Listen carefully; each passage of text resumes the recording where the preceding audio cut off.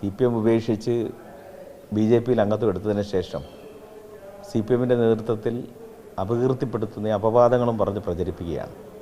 കഴിഞ്ഞ ദിവസങ്ങളിൽ ഞങ്ങളുടെ നാട്ടിൽ നടന്ന പ്രകടനങ്ങൾ കൊലവിളി പ്രകടനങ്ങളായിരുന്നു. എന്നെ കൊല്ലുമെന്ന് ഭീഷണിപ്പെടുത്തുന്നു, എന്നെ വഴിയിൽ വെച്ച് കൈകാര്യം ചെയ്യുമെന്ന് പറയുന്നു, എൻ്റെ വീട് ആക്രമിക്കുന്നുവെന്ന് പറയുന്നു. അങ്ങനെയുള്ള പ്രകടനങ്ങളാണ് ഞങ്ങളുടെ നാട്ടിൽ നടന്നത്. കഴിഞ്ഞ ദിവസം തന്നെ CPMൻ്റെ സംസ്ഥാന സെക്രട്ടറി എന്നെക്കുറിച്ച് വളരെ മോശമായ രൂപത്തിലാണ് പ്രതികരിച്ചത്, അപവാദം പറയുകയാണ്.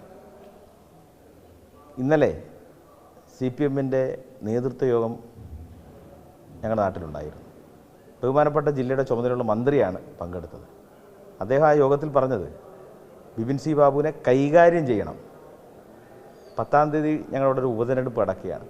അതിനുശേഷം എന്നെ കൈകാര്യം ചെയ്യണമെന്നാണ് പറഞ്ഞത്.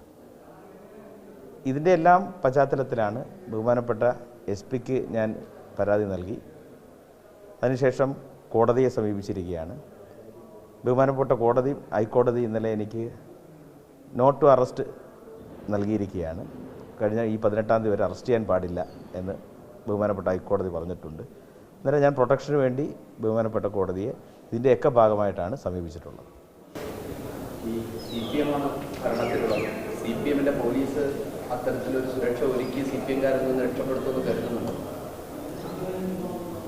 CPM-ൻ്റെ ഭരണമാണ്. അതാണല്ലോ ഇപ്പം 2 വർഷം മുമ്പ് എൻ്റെ ഭാര്യയെ ഞാൻ മർദ്ദിച്ചു എന്ന് പറഞ്ഞാണ് പോലീസ് 3 ദിവസം മുമ്പ് എൻ്റെ പേരിൽ കേസെടുത്തത്. 2 വർഷം മുമ്പ് മർദ്ദിച്ചു എന്ന് പറഞ്ഞാൽ പോലീസിൻ്റെ ഭാഗത്തു നിന്ന് സഹായമൊന്നും ലഭിക്കില്ല. ബഹുമാനപ്പെട്ട കോടതി ഇടപെട്ടാൽ എനിക്ക് തീർച്ചയായും സംരക്ഷണം കിട്ടും. ആ പ്രതീക്ഷയിലാണ് ഞാൻ കോടതിയെ സമീപിക്കുന്നത്.